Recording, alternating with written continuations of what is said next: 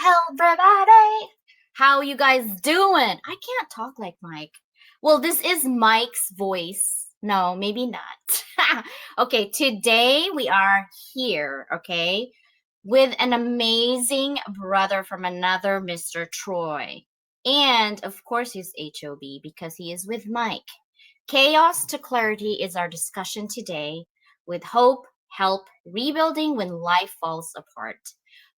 First of all, thank you guys for so much for being here today. I am Mike's assistant, okay, to make sure that we can elevate anyone and everyone that's in HOB who's willing and ready to level up. So I hope you enjoy today. Are you guys ready? I hope so, because I am. I know Troy is not leaving, not leaving. I'm watching him.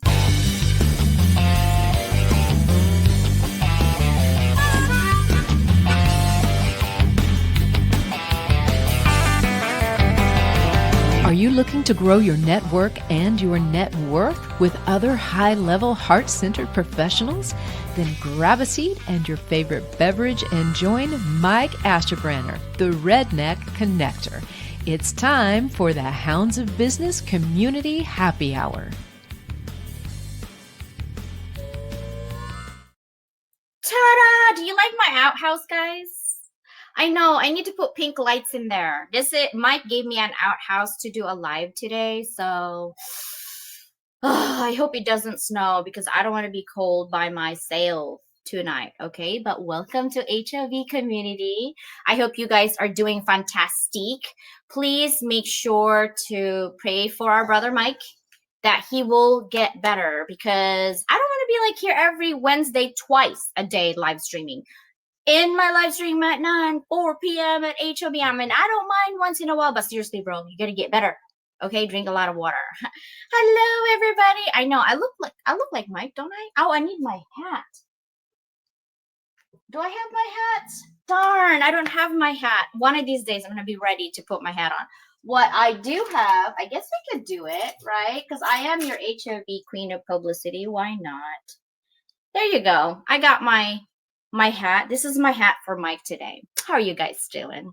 Let's go ahead and start with our amazing, sponsors. First of all, we're going to start with Tanya. Brand Face. You guys know who Brand Face is. And if you don't, I'm not sure what rock you're living under, right? Brand Face is about branding. It's about what? Having your vision communicated in such a way that there is no way that your customers wouldn't know what your brand is all about and who you are as a person and as a business owner. So change how you're seen and charge what you're worth is what Brand Face is all about. So please go ahead and scan your QR code, okay? I love her. Tanya's so amazing. I'm Michael too. Okay.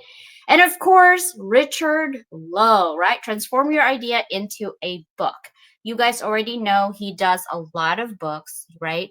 And basically he wants to make sure that if you have a vision of writing your own book and you want to have someone guide you because you don't know where to start, you can ask Richard for help. There's a lot of people out there for sure, but right now Richard is with HOB. And of course, when Mike left, okay, we had Troy's stuff in here, but that's okay. We're gonna just ask Troy. I'm just gonna go right through it. Are you ready, Troy? Yes. All right. I need a How are you doing, sir? So good. Thank you for stepping in. Hope Mike feels better soon. I know. It really sucks to be like sick all the time, like for 2-3 days. And you know he can't stay away, even if he's sick, he's always being here. You know what I mean? Yeah. I get it. And being sick is the worst. It's the worst. It is. I had a flu. My husband actually is sick right now as well. He's traveling. And he's calling me, is losing his voice. I'm like, how are you going to present? I think he's going to the Angel Stadium tomorrow to present about AI. And he's like, I'm trying not to talk, but they want me to talk. I'm like, no, just be quiet for a minute. Just drink water and But Yeah, you know, have some water, have some tea.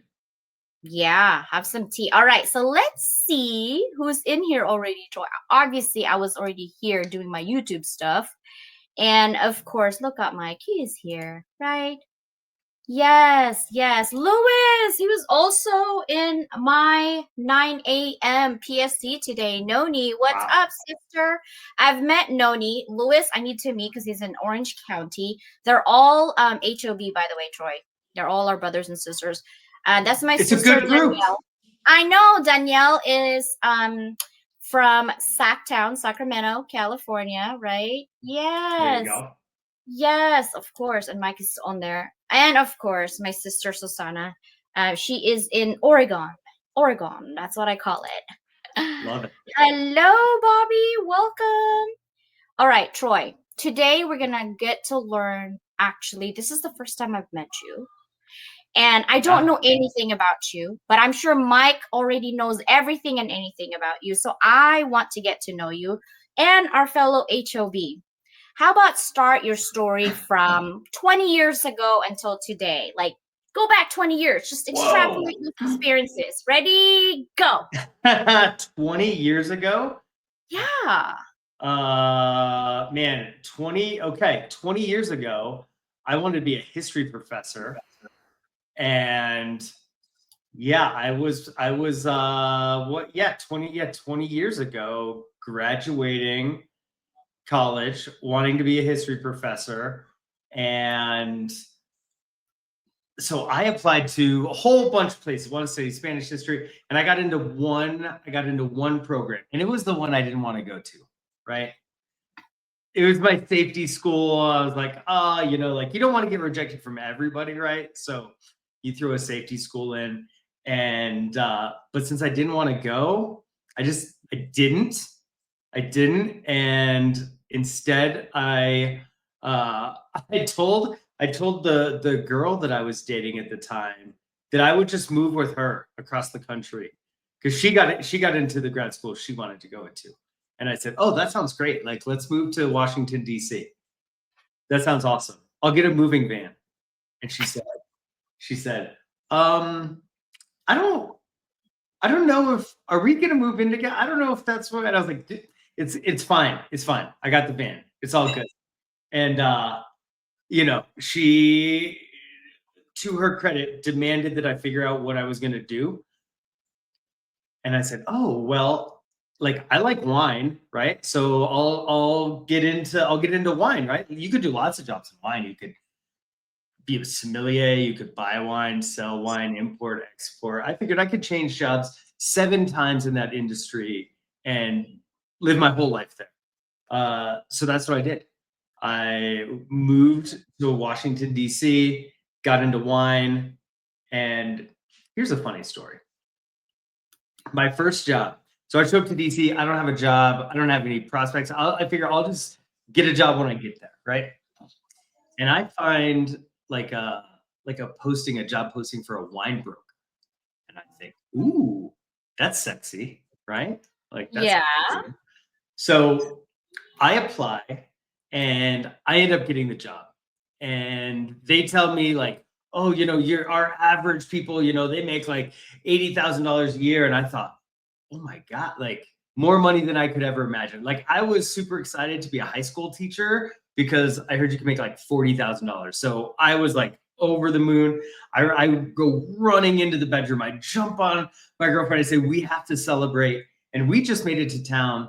So we didn't know anything yet. And so I took her out to the 8th best sushi restaurant in DC to celebrate, right? And my first day of the job, I feel so grown up. I like wear a button up. I'm taking the subway. I'm wearing slacks with all the other people who are wearing their button up and slacks. And I show up to this office out in Virginia, and it was well marketed as a wine broker job, but it was a telemarketing job, really. So I walk in. There's like 7 other people who also got hired the same day, and our job is to call guys at work and try to sell them $500 cases of wine. And there's 4 steps, right? Like step 1 you gotta, their assistant is picking up the phone, right? Because you call them at work. So you gotta convince that person to put you through. Then you have to build some rapport. Then you have to pitch them, and then you gotta close them, right? And this was like old school sales. Every day was one of those goals, right? Day one, get past the assistant. Day two, get past rapport. Day three, get past the pitch, right? And every time you did one of those steps, you walk up to the front and put a mark on the board, right? And at the end of the day, they fired whoever had the lowest ticks on the board. You didn't get fired, right? Not the first day. Not the first day. I was not good this at that. day, but on the 5th day. Oh my Here's the God. thing. I was so good at talking to the assistants. I make friends pretty fast. So like all of that was easy. But here's the thing. I didn't know anything about wine. So I'm just reading these scripts of words that I don't understand. And I'm sure that I sounded like, somebody reading The Hungry Caterpillar to a kindergarten class, right? And so I was the last guy they fired before they kept like 2 rock stars in their group. And wow. and it turns out I spent more money celebrating getting the job at that sushi place than I made at the job the whole time. Oh my gosh. But what did that taught you? Did it teach you anything? Did it taught you anything? What was it? Well, I got some encouragement on the way out the door, and they said, well, you know what, listen, like the phone is not good for you. You would be great in person or like in a tasting room or something like that, right? So so I ended up, luckily I got fired fast enough that I just like followed up with somebody I already turned in an application with, and I got that job like in a wine shop where I could talk to people and stuff like that. So so yeah, what did I learn? You can't put a square peg in a round hole, right? And that's what. Okay, so this sister from another mister, my bestie right here, will always talk about moving beyond that box. You can't put people in boxes and think that that's where they belong when they don't feel like they belong on there, right? Yeah. So fast forward to maybe 2 years ago and now, where are you now? Okay, so in a lot of ways, from 20 years ago to 2 years ago, or maybe 1 year ago, I'm like a little bit on a similar path. And I just took a 15 or 20 year roundabout out of the way, because now I'm writing a book, coaching, like doing all the things that I wanted to do 20 years ago, but I had no idea how to do, right? Like I loved writing, was always very good at it, but people like I didn't see a clear on-ramp to that until a little bit over a year ago, when I started writing and just started like plugging away, and so that's what I'm doing now. Like I said, I have a book coming out. I write for other people. I do some ghostwriting and coaching, and in a lot of ways, it's actually where I thought I would be, but I just took a huge detour in between those. Well, it's not even a detour. I see it as like, well, I guess it could be seen that. I see it sometimes when we have our own goal and we're so determined to do it, but it's actually not meant for us. So instead of going to this straight line that we kind of see where we're supposed to be going, right?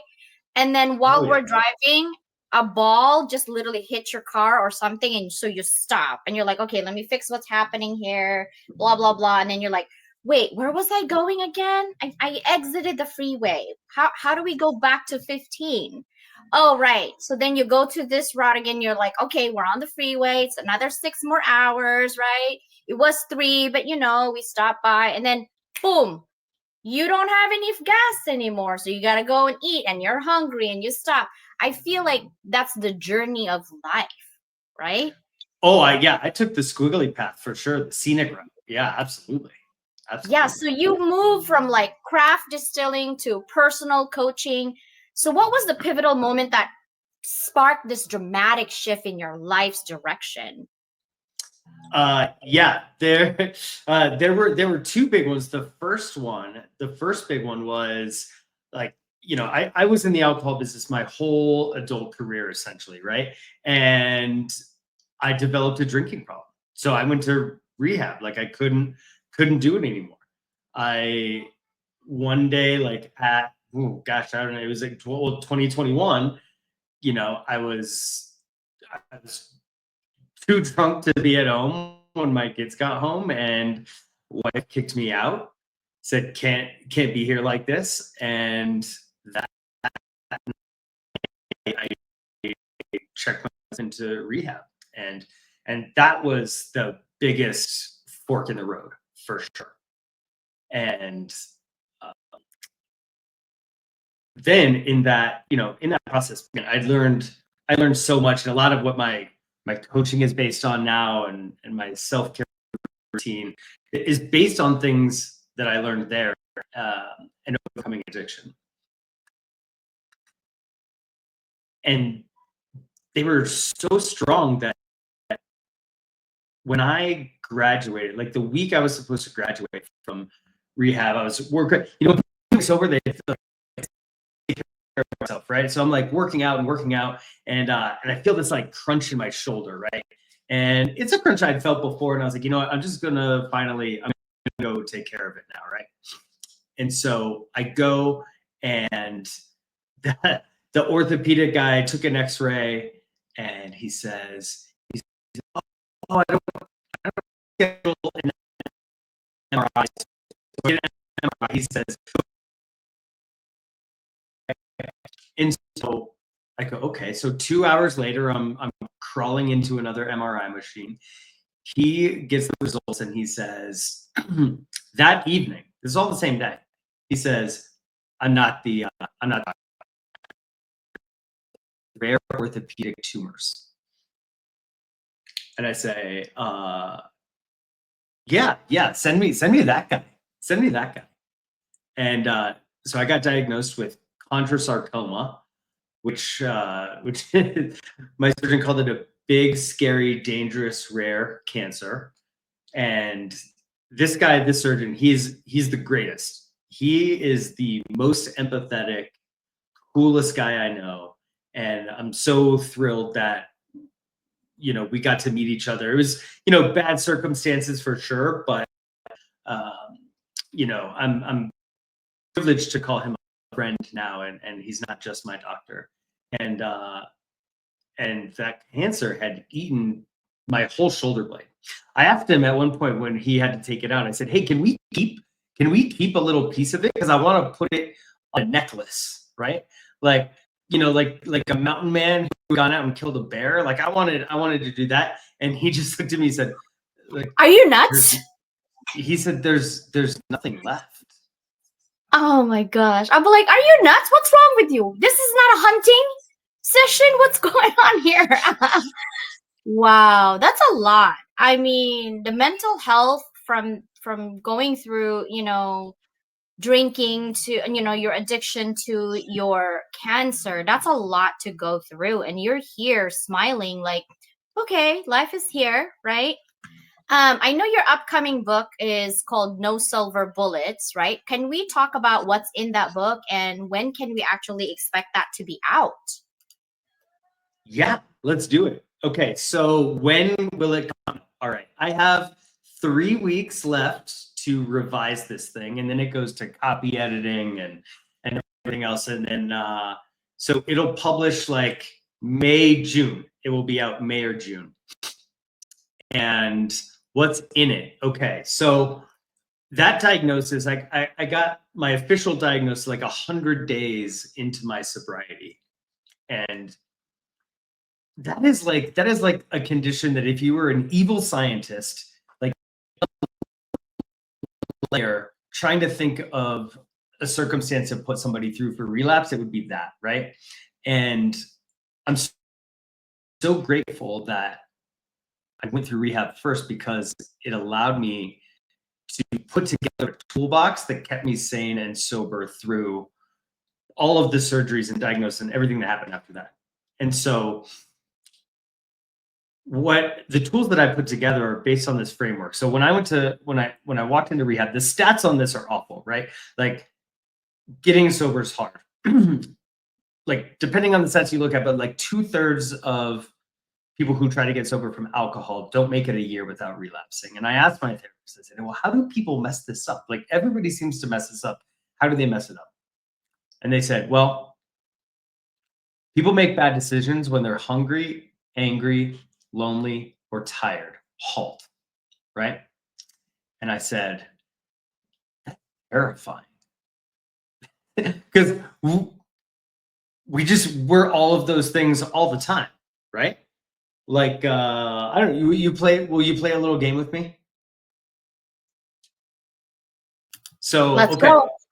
All right. So, did you get hungry tonight? A little bit, yes. Okay. All right. And did you eat yesterday? Yes. You'll get hungry again tomorrow and the day after that and the day after that, right? And guess what? Yep. The same thing happens with your emotions, right? You'll get happy, glad, sad, whatever, every day of your life. You'll also have to manage your relationships in amazing ways and sometimes challenging ways. And you're also going to get tired. I bet you slept yesterday. You will today. You will tomorrow, right? And so I see people, we walk around, we want to solve problems all the time, right? We solve problem after problem after problem. But the issue is that it seems like every time we solve one problem, we get another one that pops up, right? And, you know, I went through some pretty extreme examples of this, but what I realized is that like the biggest issues in my life don't have any solutions. They will never end, right? And when I accepted that and figured out that instead of trying to find fixes for them all the time, if I could find ways to get proactive and to nurture those things in my life, I got better results. And so the book is called No Silver Bullets.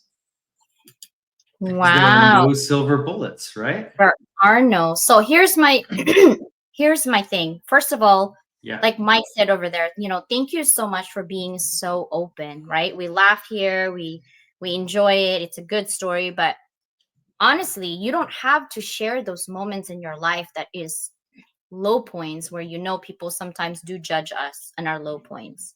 And for you to be here actually to share that life struggles and adversity and said, hey, life can be really rough. It's not easy. I did it. It's possible. But from all of that adversity, this is what I have gathered to help you if you're going through a similar situation. So thank you for doing that about HALT. Now, this is my question to you. How does your philosophy of nurturing challenges rather than fixing them translate to business leadership and entrepreneurship? Yeah. So in a couple ways. First, I want to go back to what my therapist told me before, right? We don't make good decisions when we're hungry, angry, lonely, or tired. And these go for decisions in our personal lives, but they also go for decisions in our professional lives too, right? Because we're people, whether we're at home or whether we're at work, right? And so if you want to start making better decisions across the whole spectrum of your life, you got to pay attention to these four things, right? You have to make sure that you're eating well, because what is on your plate is in your brain. And and it also affects your mood, right? Like the connection between your food and mood, I always tell people it's tangled up tighter than a ball of yarn that a kitten's had for an hour. And Yeah. And you know, study after study after study shows that if you are hungry, you will be more agitated. In fact, 56% of your anger can be tied to being hungry. So, you know, hangry is the cheeky term we talk about nowadays, but like it's legit and it's real. And when I started paying attention, I had never paid attention to this, right? When I was drinking, when I was traveling a lot for work, like it's hard to do the right things when you're traveling for work. Like, you know, you're out of your kitchen, you're eating out all the time. And I just gave up on the idea of eating healthy. And I said, whatever, for the birds, it doesn't matter. Until I started doing it. And then I noticed the difference, night and day. less impulsive, more centered. And sure, some of it has to do with not drinking, but I'll tell you, now that I've been sober for a little while, if I eat bad for a little while, I notice I don't feel good. I'm more impulsive. I get angry more often. It's awful. So the first step in my opinion, to start making better decisions is make sure you're eating right. Whenever anybody comes to me with challenges that they're facing, it's one of the first things I ask is, how are you eating? And if you're not eating great, like fix that, because you can just control what you can control. And that is the place where we have the most control, is over what we eat. So I say start there, right? Then work on your emotions. And if you can understand your thoughts, that's really when you can start making better decisions, right? And so here's a fun exercise that everybody out there can go do. Go put on a podcast at like 3.5x, right? Go listen to it at 3.5x. Listen to it for 30 seconds and tell me if you understand a single thing. And I guarantee you won't. Our minds think at like 4,000 words per minute, right? It's too fast. It's too fast to process, really. And I got to get the calculator out because I didn't measure this. But if you're at 3.5x on the Audio podcast, then you're like, that's like 472 words a minute, right? Wow. So you're thinking like 10 times faster than that.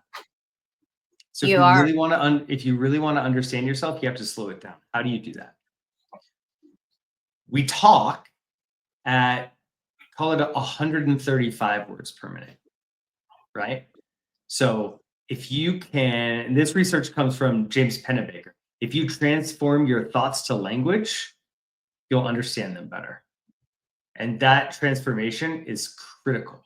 So you can do that by speaking, by talking, right? Because you have 4,000 words a minute in your mind, 135 if you say them out loud. But if you type, if you're a fast typer, you're typing like 60 words a minute, like half, right? Half of what you speak. So now you're thinking or you're processing even better. And if you're writing by hand, it's 13 words a minute. It's a snail's pace. And that's when you can really start to understand what's happening in your mind. And that's why journaling is so powerful. People talk about journaling a lot. People talk a lot about journaling, but like that's why. I do journal, but I didn't.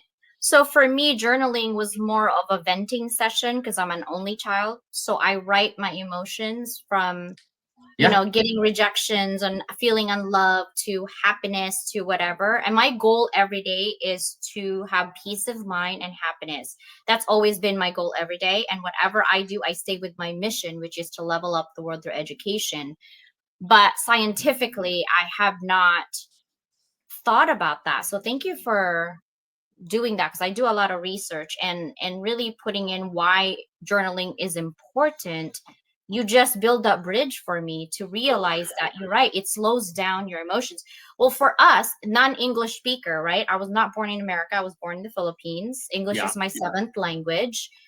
So when I get upset, my husband said, okay, which language are we speaking today? Right? Like I've been married 22 years. My husband's Italian. So Italian, American, Indian, French, and German. And he speaks English and he thinks he speaks Italian. He doesn't.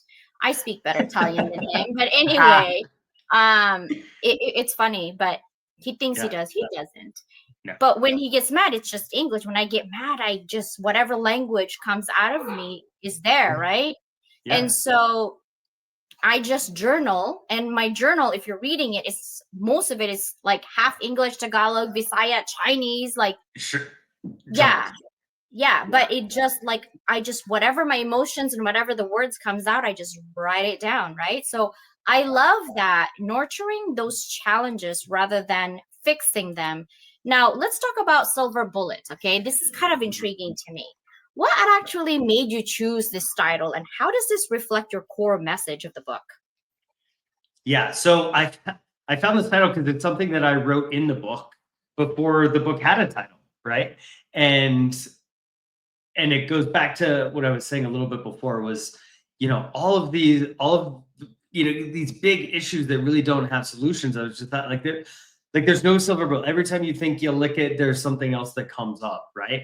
And so it just, turning thoughts to language. It just came out while I was writing, and I was like, I tried this and this and this and this and this. No silver bullets. None of it worked, right? And it's a catchy title. It's a thing that people kind of understand right away. It kind of checks all of the boxes for a title, right? You can say it, you can spell it. It doesn't make you want to barf. Very important for a title. And so I stuck with it, and I like it. I think it's a good title, and it really, goes to the point that like these are things just to nurture all the time, and there, there's no silver bullet. There's not the one magic pill that's going to make everything better. There isn't. And I wish there was. Like when people tell you, how do you deal with ADHD this way? I'm like, my quick answer is, I don't know. I just do it. Like literally, like, because that's how I was raised, So it's kind of funny that people ask me that question. I'm like, I don't know. I just do it. What do you mean? But then you have to reflect. I think some people grow and some people don't. Some people grow because they reflect on what doesn't serve them, what doesn't make them happy or comfortable or happy, right? Like, why would you eat something that you don't like every day if you have a choice? You don't. But if you don't have a choice, you suck it up, you're surviving until you can thrive, right? So I like that. Now, if readers could take away just one paradigm shift from your book that would transform their approach to life's challenges, what would you want them to be? Okay. So when I thought about it, I was like, why is this therapist like talking to me about HALT, right? And to me, like, again, it was super scary because it seemed like it would take a lot of willpower. Like I heard her saying to me, if you are feeling like you want to drink, like think about it, like, are you hungry, angry, lonely, or tired? And I thought, okay, so I'm going to have to stop. I'm going to have to run through that list. And then if it's right, then you want me to make a good decision versus a bad decision. To me, that seems like it's going to take a lot of willpower. And I didn't get into rehab because I had a lot of willpower, right? So I thought, well, what if I can get ahead of these things, right? And be a little bit more proactive about them, like eat before I'm starving, process my emotions before they erupt, call somebody instead of feeling lonely, like making sure that I get enough sleep and exercise, like getting proactive in those ways, I thought might give myself a chance, right? And as I started pulling the layers back of HALT a little bit, I figured out this grid, and I'm going to kind of make it here because it's a little bit visual. But if you think about the problems in our life as being either physical or emotional, and then either being internal or external, or you can think personal or social, HALT fits right into that, right? Like it's hard to think of a feeling that is more personal or more inside of you and more physical than being hungry, right? In the pit of your stomach. Then when you go to the next side of the grid, you go internally and emotionally, and that's anger. And anger would be a placeholder for any of your emotions, but in HALT, that anger is the stand-in. Then you go to emotional and social, and that's loneliness. And to me, that's the most important. That's the most important quadrant, in my opinion, is loneliness, because we do ourselves such a disservice by feeling lonely and by isolating. I got incredibly bummed out writing that chapter of my book because of like just the awful downsides that people have from being lonely, and the trend lines about how we're getting more isolated and more lonely. It's terrifying. It's not good for us. But then you go to the last one, and that's about energy, right? That's physical and and external, right? Like how your body's feeling, your muscles, your tiredness and things like that. And so dividing them up that way made a lot of sense, because just about every problem that you run into falls onto that grid somewhere. And if you can identify those things, or if you can name them, then you can start to tame them, right? You can start to implement tactics, and they're not fixes, but they're ways for you to work on them a little bit at a time, and you're going to end up with better results that time. I agree. I think people always say, why do you need to know if you have ADHD or not? Because I just got diagnosed about a year ago. I've been to 5 psychiatrists actually, and none of them, they always tell me, you have 4 degrees. There's no way that you have ADHD, because most ADHD people can't finish a project. And I said, okay. But then I went to a specific psychiatrist who's actually for ADHD, because there's no blood test, right? It's more of a question and answer. And, and she's like, well, you definitely are in like 10x on hyper focus. That's why you can finish projects all at once, all at the same time. And that's rare, because most ADHD do not have that. And I was like, you should see my laundry. My laundry is suffering right now. Like, what are you talking about? Right? Or I forget sometimes, when I'm cooking, I forget to unplug. It happens. But I like that framework. What I use for leadership, Troy, that I've learned from just the trauma-informed care. Are you familiar with the 3 R's? Yeah. Well, you tell me which 3 R's. So the first one is realize, right? Understand how your trauma affects you, right? Families, communities, recognize those, because it impacts your brain function, right? And emotions and behavior. The second R is recognize. When you identify that signs that triggers you, that gets you mad, right? That symptoms when you're angry, right? Then you can have emotional deregulation, and you're like, okay, I'm not doing this. I'm withdrawing now. This is not cool. And then also sometimes you get hypervigilance, and then you have trust issues, because people always put you down, or people always don't do what they're supposed to do, right? And then the last one is respond. When you inform and have that, creating a safe, supportive, and empowering environment for healing, you respond better versus somebody who's always seemed like they're out to get you, but they're saying, Troy, I'm here to help you. I'm here to help you, Troy. And you're like, that tone, I can already tell you that tone is not it, right? Yeah. Wow. I love that we are talking about this, because I cannot wait for your book to come out.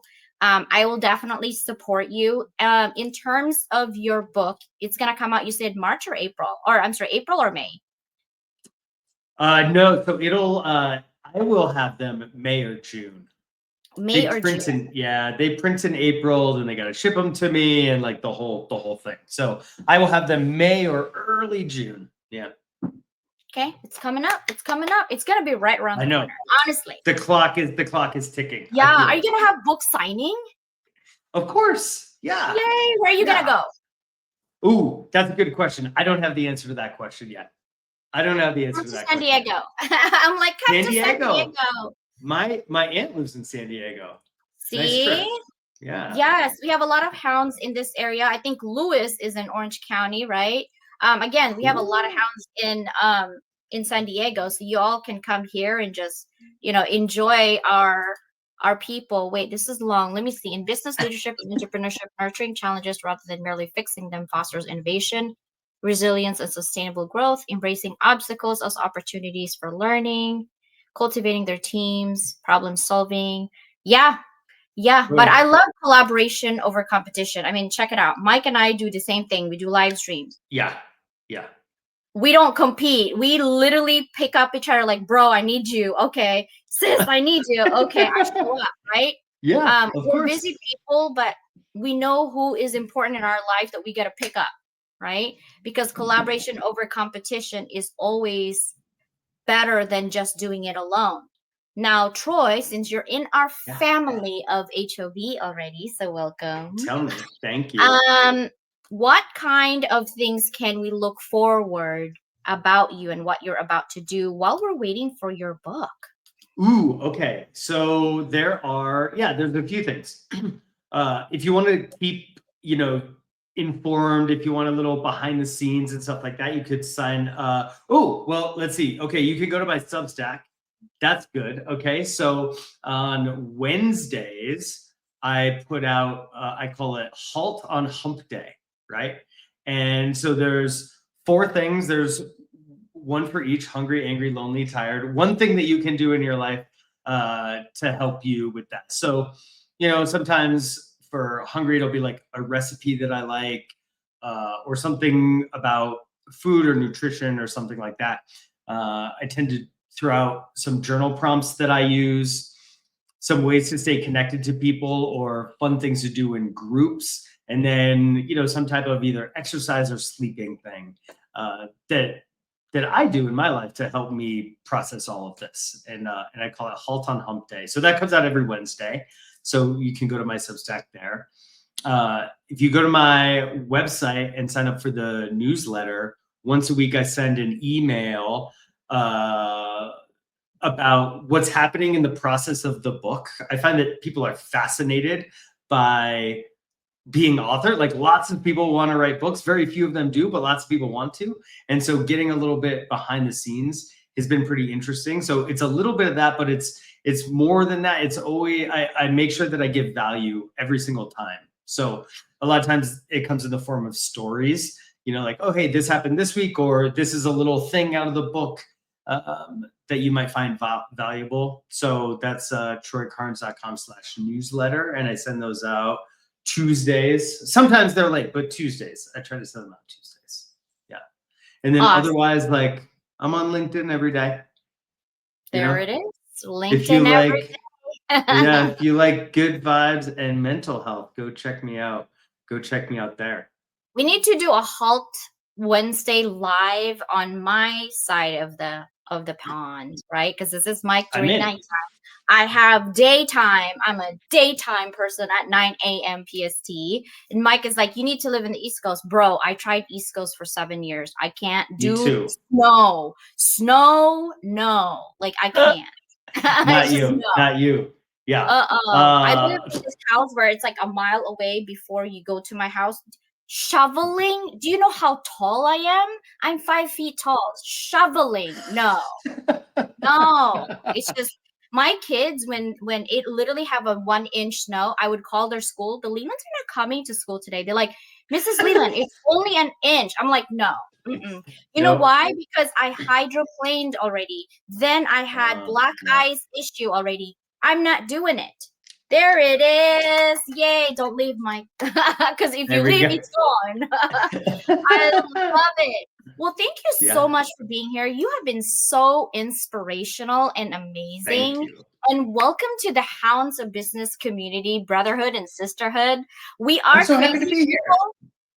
Today I'm pink and red. Tomorrow I could be blonde or blue, depending on how I feel, right? Fair. Yeah.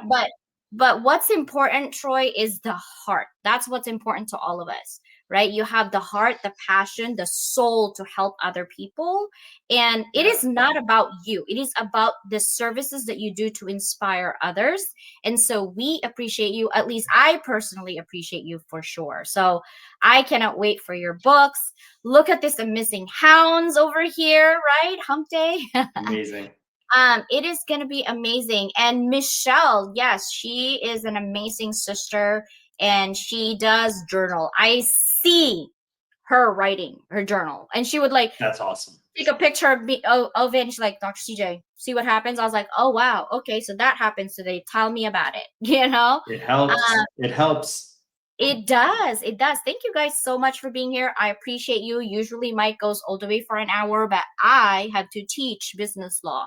So I love you guys. Troy, I need you to be on Level Up Academy soon on Wednesday. So we'll connect, okay? Let's do it. I'm there. And thank you for stepping in. I know you did it last minute and I really appreciate it. So. Oh, no, I appreciate you and Brother Mike appreciates you. So thank you so much. Bye, everybody. Thank y'all for stopping by. Be sure to follow, share, and like, and send me a message if you had fun today. Y'all come back now.